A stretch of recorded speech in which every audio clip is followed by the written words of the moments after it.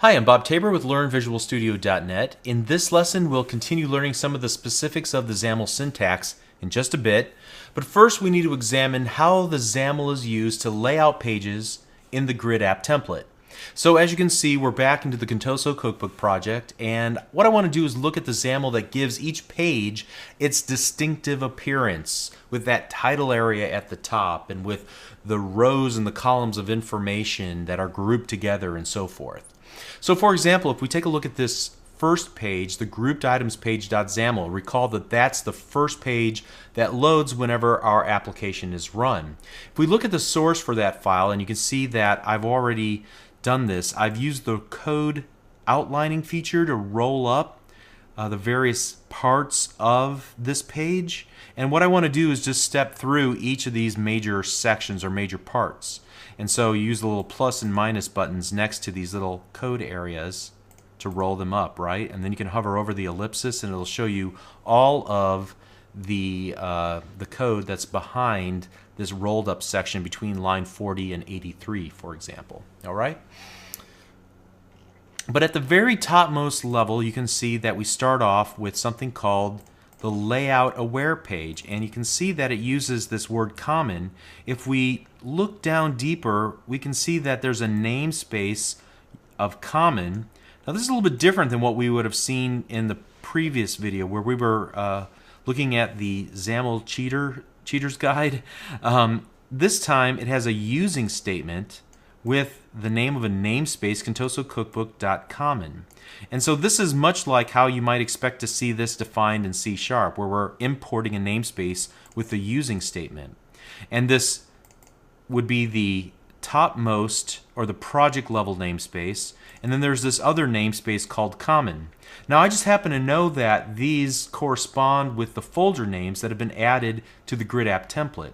And if I were to drill down into the common folder, I would expect to see something called layout aware page. And in fact, I do see layout aware page right here. And this layout aware page, as you can see, it is derived from page. When we looked at our XAML cheater, it uses a page object, and inside that page object we define our layout grid and so forth. But here we're using a special version of page, a page that's been subclassed called layout aware page, and it has superpowers, okay? And essentially the superpowers are making it layout aware, and we'll talk about what that is in just a moment. But maybe at a higher level it'd be helpful to understand pages and how they relate to each other. So this diagram should help. So as you can see, a page sits inside of an idea called a frame. And this frame is an object that represents the viewable area of our application. The application loads pages into and out of the frame. The frame allows for pages to be swapped in and out and allows you to navigate between pages, and then it also keeps a history of which pages you've already navigated through. So that's how we were able to go from the group items page.xaml, and then we clicked into the group detail page, and then if you click one of the items on the group detail page, you go to the item detail page, and then there's always this little arrow button. It was the back button. I can keep clicking the back, and what it will do is navigate back through our history and bring us back to the first page that we launched in our application. Also, the page has events that fire whenever it's being navigated to or navigated away from. So we as programmers can write code at those important events. And if you remember from the XAML cheater, when we wrote code, we wrote it on this on navigated to event. So this says, hey, we've navigated to this page. Okay, wait a second, let me write some code here to do something before the user even gets an opportunity to interact with the application. That's what the on navigated to event does for us, all right? So a layout aware page derives from page. It's a subclass of the page class, and it's been enhanced to include functionality that listens for changes to the layout of the app. And there's two key situations when it springs into action. The first is when the user goes from full screen mode to snapped mode or vice versa. At that point, the layout aware page is notified. Do you remember in the first video when I ran the finished version of the Contoso cookbook, and we saw along the left-hand side of the screen a modified version of the Contoso cookbook that was oriented everything in a vertical fashion as opposed to big tiles that were laid out in a horizontal fashion. So the layout aware page is notified of the snapped state of the application, and so that it can make and accommodate a different layout, okay? And then secondly, whenever the user is on a tablet and that tablet's orientation changes from portrait to landscape or vice versa, okay? In these cases, it notifies the layout aware page, which can activate a different layout for the data for that given page. In both of these cases, it allows us, the programmers, to redefine the layout for the app to accommodate this new change in screen real estate in the size or the orientation or what have you. And I'll talk about that in just a moment. But it has something to do with, we scroll all the way down here, this Visual State Manager, and we'll get to that again in just a second. But the layout aware page also has, if you look throughout its body, it has some other things too in these rolled up areas, all right? And one of them is called navigation support, visual state switching, process lifetime management. It also has something called a default view model. And this is going to help with data binding from the data source, which is in a text file called JSON. We talked about that briefly at the very beginning. And it allows us to then bind that data to whatever we see in the user interface in the XAML page elements. And we'll see that manifested in just a couple lessons from now, so stay tuned for that. So when you think of a layout aware page, think of a page in the app that's smart enough to know how much is viewable by the user based on the snapped state of the app, the orientation of the device, and the screen resolution, and then report that back to the programmers, to us, so that we can make decisions about how best to render the content based on the dimensions that we have available now, okay? All right, so to recap, we're dealing with a page, and a page is a container for a given layout of our app. Again, the page is part of a navigation system that, along with the frame, allows us to navigate to and from the various pages in our apps. But this isn't just a run-of-the-mill page. We noted that this specific page that we're using on our the three that come with the grid app template, it's a special type of page. It's a layout-aware page that knows when the size or the orientation of the app has been changed due to snapping or orientation, and allows us, the developers, to provide alternate page layouts for those situations. So let's go back then to our grouped items page. Now that we understand what we're working inside of, it's just a subclassed version of page. What else is in here? Well, the next section is this page.resources section. For now, by default, the only thing that's defined inside of this section is this collection view source, and we'll talk about its purpose a little bit later. But at a nutshell, it's simply used for binding to data, and it will become more important to us as we pull recipes and photos into our app and then data bind to them on the user interface. I'm tempted to talk about it right now, but again, it's not pertinent at the moment because we just want to talk about XAML for layout purposes for our app's user interface. So let's just table the conversation about data binding to a little bit later in this series, all right? So let's roll that back up. And then we're going to go to the grid definition. And so, again, this grid is the outermost grid that takes up the entire viewable area, and it's intended to be a layout grid. And just like we saw in the XAML cheater, the grid is just a collection of columns and rows. It encompasses the entire viewable area of the page. We could define both columns and rows, but in this case, all it does is define 2 rows. A row that's 140 pixels tall, and then the second row that uses the remaining vertical space. After that, inside of that layout grid, we see a grid view and a list view, as well as another grid. Let's start with this grid at the bottom.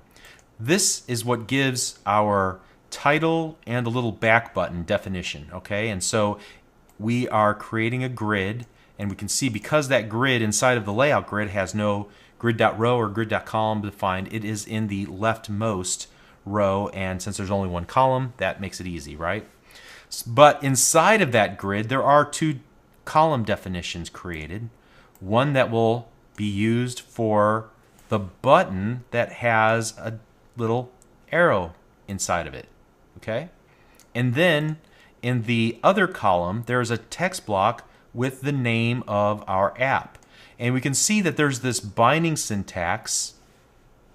We'll come back to this in just a moment, called app name. And if you remember a couple of lessons ago in the app.xaml, we changed app name from Contoso's cookbook, all one word, and we put a space in between it. And so we're going to have to learn a little bit about that syntax that's being used here. Whoops, where am I? There we go. How does it use this static resource and this other binding syntax, right? We'll get to that in a little bit. But that's the use of this grid. And now we have two other grids. There's a grid view and a list view. Now, only one of these will be displayed at a given time, depending on whether the app is in a snapped state or not. Again, we're going to talk about snapping in much later in the series, like lesson 15 or so, or thereabouts. But in a nutshell, the layout-aware page knows the current snap state. Then it communicates that to the Visual State Manager. And if we look at the Visual State Manager, it defines a series of visual states for our app.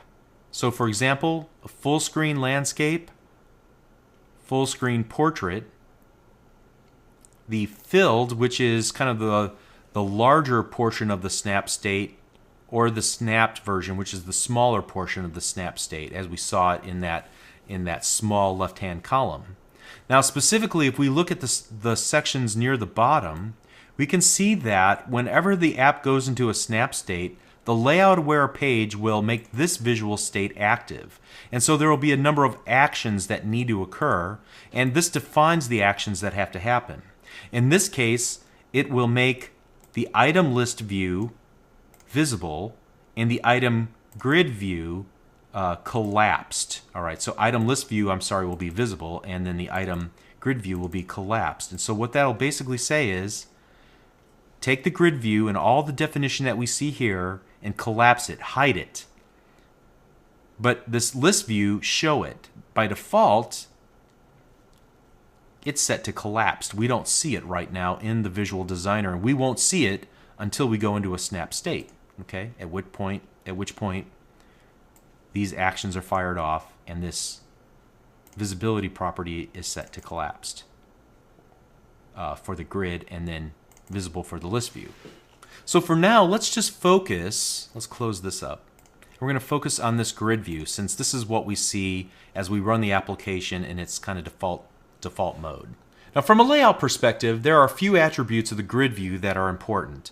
Actually, these two attributes are important. Notice that we don't see grid.row equal to 1 like we would expect to see, because it kind of appears to be in the first row, or row 1 rather, the second row.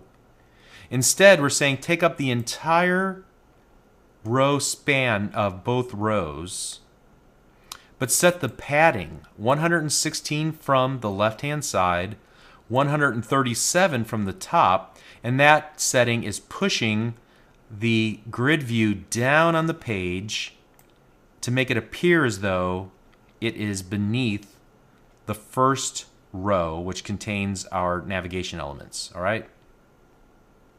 And then it sets a 40 and 46 for the right and bottom respectively. And so you might be wondering, well, what exactly is a grid view? Well, a grid view is a special kind of control that is both layout aware and data aware. And so the data portion of this is the important part. As you can see, it's serving a couple of purposes. It allows us to bind to a hierarchy of data. You have a grouping of items, and then the individual items that are grouped into that group, okay? And so that's accomplished through these properties, the item source and the item template. And before we get into the specifics of what's being bound to and how it's being bound, let's spend a little bit of time talking about the binding syntax that we see all over this project. We constantly are seeing something being bound to something, right? Static resource, binding, static resource, binding, static resource. Okay, what does all that mean? Well, basically these curly braces and the information inside define binding expressions. And there are three or four main kinds of binding expressions that you're going to see. The first type is binding to dynamic data. In other words, to make a connection between some collection of data and connecting that to where it will be displayed in the elements on the page. So in this case, we're binding to dynamic data, the Contoso cookbook data that's saved in a file and retrieved at runtime, and that then dynamically data bound to the items and groupings of our grid view. And secondly, there's a variation on dynamic binding. Instead of binding a control to external data, you bind a control to values of a second control. So for example, take a look at this code on screen. You can bind a text block control to a slider control. So as the slider value changes, the text block's text value will change to reflect the slider's current setting. Okay, and so off camera, what I did was I went ahead and implemented the code we saw on the slide into our XAML cheater application so you can see it in action. And so at the very bottom of the stack panel we were working with the buttons, I added the slider and the text block, and let's just watch this as it works.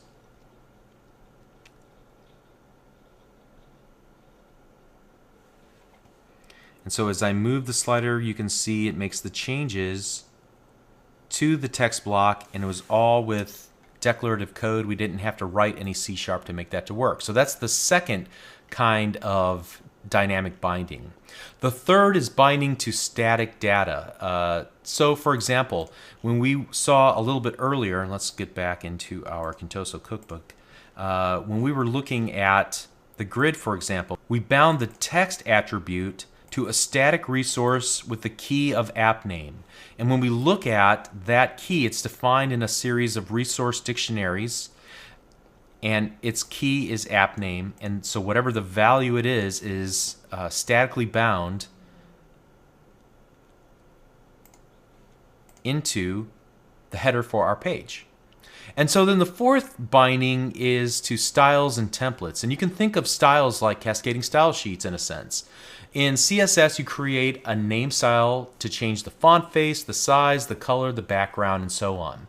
Well, the same is true here. You define a style once, and then you apply that style whenever you need it. So that's the notion of a style, and we can see it in use, for example, here, where we are using the page header text style. And if we wanted to see this in action, what we can do is actually go to the miscellaneous category once we have our mouse cursor inside of a given control, and we can go down to the property that's being bound to. You can see it's bound because it has a green box around the property value, and I'm going to just click the little green box off to the right hand side and select go to source, and this will open up another file that contains the styles and templates for our application. Now in this case, you can see that it opens up something in the common folder called standardstyles.xaml. This standard styles is referenced here within the merged dictionaries collection of our app.xaml. It's pulling that in. So what I'd recommend is if you ever wanted to create your own styles, don't modify this standardstyles.xaml. Simply copy this, create a copy of it, and paste it below it, and then create that file name in your common directory, and then add your new styles to that, okay? But that's a short aside. Here we can see that a style has a number of setters, so we're going to set this property to this value on this data type, this text block, okay? So this applies to text blocks, and we're going to set the text wrapping property, the vertical alignment, the margin, and so on. But notice that it's also based on another style called header text style. And if I were to try to navigate to header text style, and I think the best way to do this, I think the best way to do is just hit Control C and then Control F. And I'm going to add a quotation mark around so we can find it. We can see that this applies also to text blocks, and it sets the font size, weight, height, and other rendering information. But it too is based on something called baseline text style. So if we were to search for that, we would see that it is also a target type of text block, and it sets the line height and the line stacking strategy and other information. But it too is based on a text style called basic text style. And so if we search for that, we can see that it sets the foreground, font size family, text trimming. So all these styles are just layered on top of each other, and so you can reuse definitions of styles in styles, which use those as definitions of styles, and so on until you get back to what we were originally looking for, which was the header. So I'm just going to use this back arrow to keep navigating back till we get to the header text style. Great. So styles allow you to set attributes of a given object or class or a target type. In this case, a text block. And a template is kind of similar to a style, but in addition to setting aesthetic properties, you're also defining layout. So let's dive a little bit deeper into this and take a look back on our group items page, .xaml, and we're looking inside of our grid view, and we want to see what each of the individual items, how they're being bound, and specifically what template is being used to render them on the page. What gives us this image and then this little opaque area below it, the title, and then in a lighter font, this subtitle. Well, that's all defined in this item template. Notice it's a static resource that we're binding to. And so here again, if I want to see the definition for this, I'm going to find the item template in the miscellaneous area in the properties window for the given item, in this case a grid view. And I'm going to click the little green button to the right side and click Go to Source. And now we're looking at the standard 250 by 250 item template. So I can bring it up into view, and we're isolated just on one item. And here you can see that each of the little items, each of the little what will ultimately become recipe items are grids. It's a grid. And it has an image that it's binding to. So this will be data that will be poked into the source property for the image control. And then below it, or at the very bottom, there will be the stack panel. And the stack panel will have this list view item overlay background theme brush. I would expect the opacity to be like 30% or 50% so that we can see through it, right? And then there is a text block that will contain the title. And notice that it has, again, styles that itself are that it's referencing, and then the subtitle below it.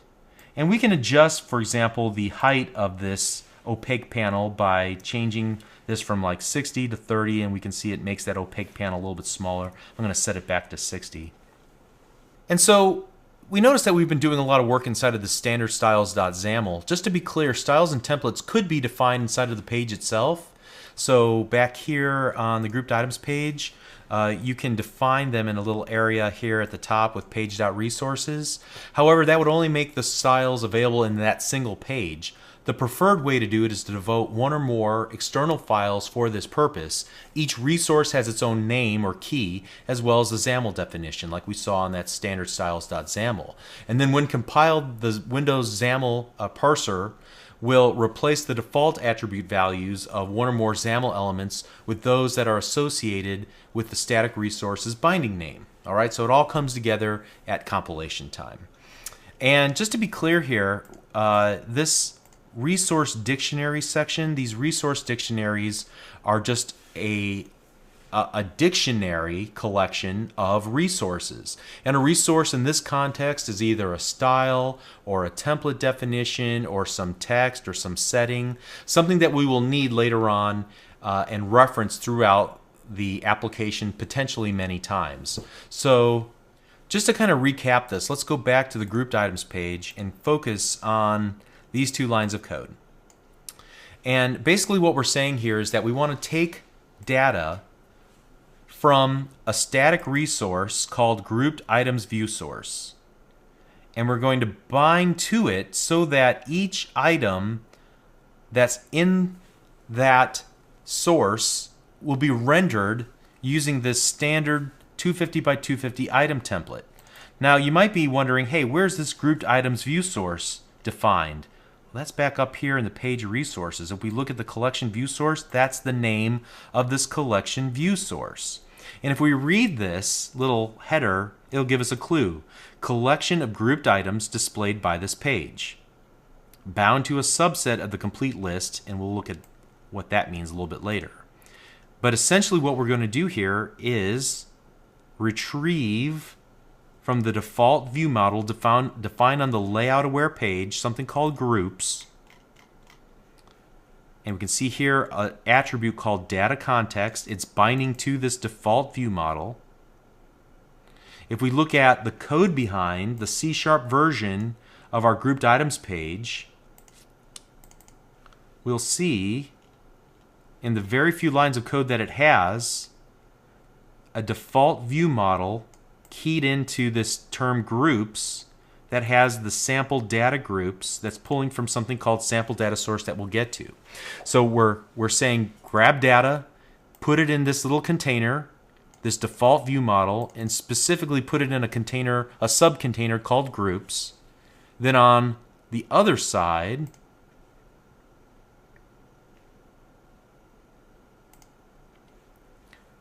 we're going to bind to that default view model. We're going to pull from groups, and those groups are going to be in this grouped items view source. Then we're going to use that grouped items view source as the item source to grab each of the items on this page, and for each item use the standard 250 by 250 item template. Phew. Okay. So I realize that we covered a lot of ground in the last several videos, especially this video. You might want to review this video and then make sure to use Bing.com to search for anything that really didn't make a whole lot of sense. Hopefully we'll clear things up as we continue to work through these ideas throughout the rest of this series of lessons. All right, so next we're going to continue and finish up exercise number 1 in the hands-on lab, and then we'll move on beyond that. Okay, so we'll see you in the next lesson. Thank you.